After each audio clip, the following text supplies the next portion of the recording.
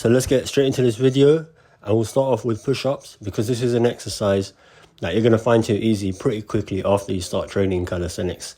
So if your push-ups are looking like this, where you're not struggling too much and you're able to do, I would say, 20 reps, then it's time for a bigger challenge. So the simplest way, in my opinion, to make it harder is to just put your feet on a higher elevation. And this is also very accessible for anybody, because you can put your feet on your bed, for example, on like your sofa or anything. So there's really no excuse. You can make it harder very, very easily. And yeah, pretty much that's the first way you can make push-ups harder. So the second way is going to be to simply stop doing them very quickly and instead do 5 seconds on the way down and then 1 second on the way up. So instead of going up for 1 and down for 1, you're going to go up for 1 and down for 5. So this is going to build a lot of time under tension, and the slow negative is definitely a good way to increase the stretch on your chest. And if you're feeling like you're really going to go beast mode, then what you can do is do decline push-ups with the slow negative. So combine both of the techniques that I showed you.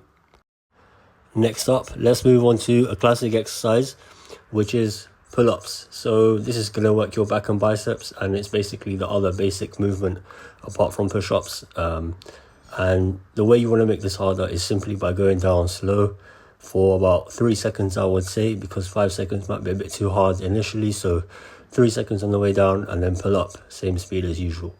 And then you can also actually start to pull a bit lower on your body.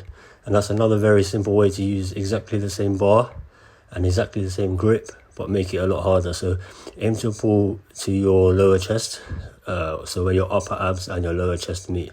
So this is going to basically have an element of explosiveness to it and make it a bit harder for you to complete your reps. Third exercise is going to be dips. So as you can see, I am sticking to the theme of all the basic exercises. The first way to make dips harder is to add another plane of motion to them. So instead of just coming up and down, you'd come up and down and then back and forward as well. And this is going to require more explosiveness and takes a bit of technique as well, so it'll make it harder. And then the second way to make dips harder is to simply pause at the bottom for about 3 seconds and then come back up. You're going to see how hard it is to come back up, because at the bottom, if you stop and you don't bounce, you're using nothing but strength to push your body weight back up and complete the rep. So yeah, that's dips. And now squats as well. Obviously we can't leave out the legs. So if you're able to do bodyweight squats like this and it's not much of a challenge, I would say 20 to even 30 reps of bodyweight squats, then it's time to move on. So the first thing you can do is get some air time. So go to the bottom of a squat as usual, and then don't come up at the normal speed or intensity. Actually try to jump up from the bottom, and that's going to burn your legs up very well.